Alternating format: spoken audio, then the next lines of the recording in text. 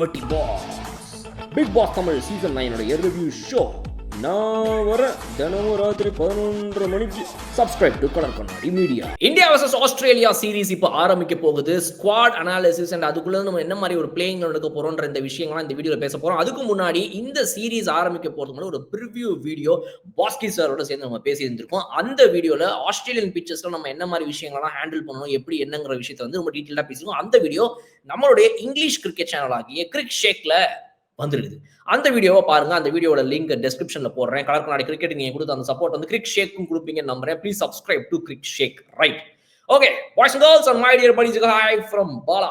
Colour Kannadi cricket ரசிகர்களே, நம்ம பார்க்க போற முக்கியமான வீடியோ இது. India vs Australia T20 series 5 match. ஆஹா அடா, T20 சீரிஸ் வந்து ஒரு 5 மேட்ச் சீரிஸா நடத்தினோட ரொம்ப குதூகலமாயிட்டோம்டா அப்படின்னு சொல்லிட்டு ரசிகர்கள் நிறைய பேர் வந்து ஜாலியாக காத்துட்டு இருக்காங்க. இதுல முதல் மேட்ச் வந்து கேன்பரால நடக்க போகுது.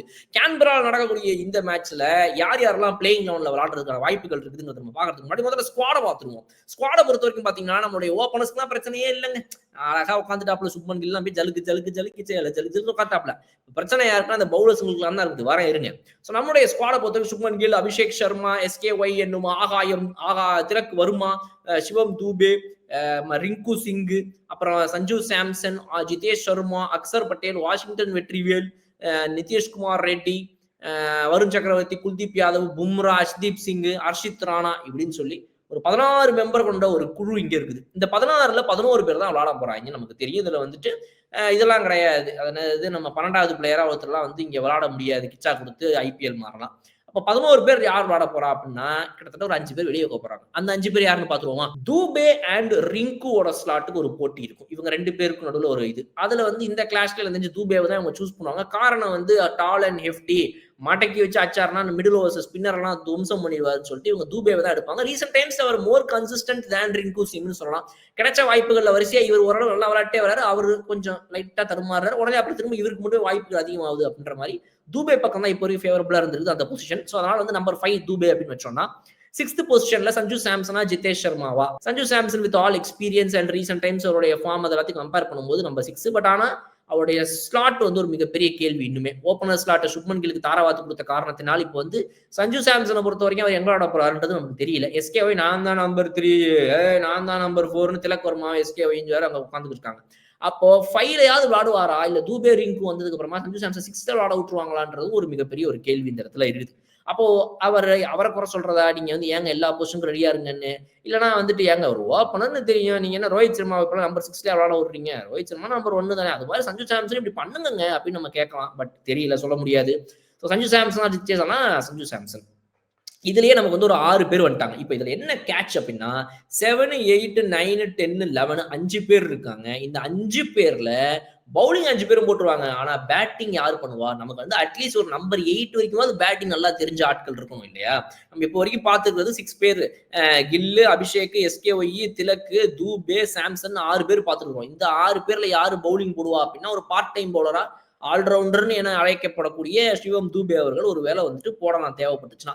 அப்ப அவரால் நீங்க வந்து 6வது பவுலரா 7வது பவுலரா அப்படித்தான் யோசிச்சுக்கணும். அவராகட்டும் இல்ல வந்துட்டு ஒரு அபிஷேக் சர்மா, திலக் வர்மா அந்த 6th and 7th bowler category தான்.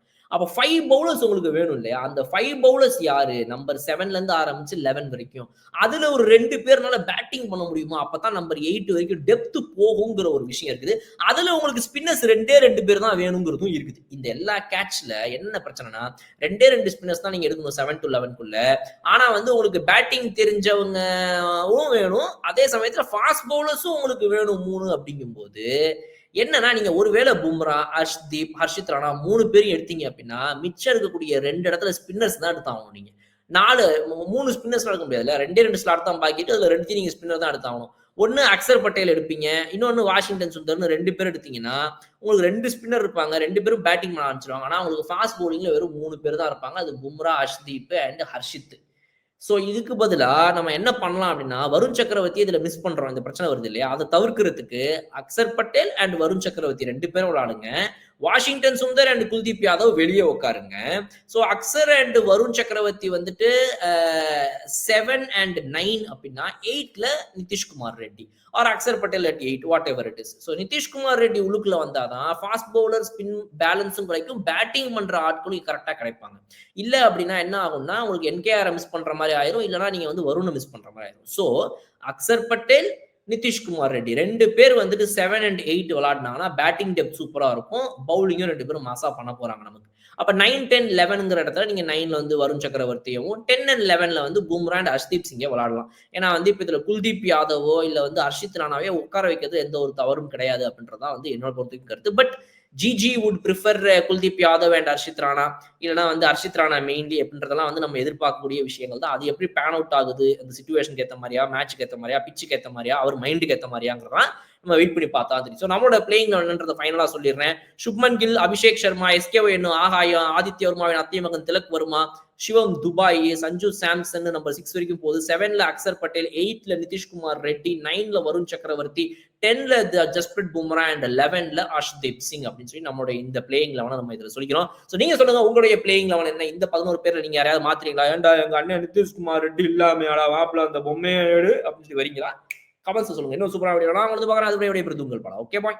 வட்டி boss big boss Tamil season 9 review show நான் வர தினமும் ராத்திரி 11:30 மணிக்கு. Subscribe to colour Kannadi media.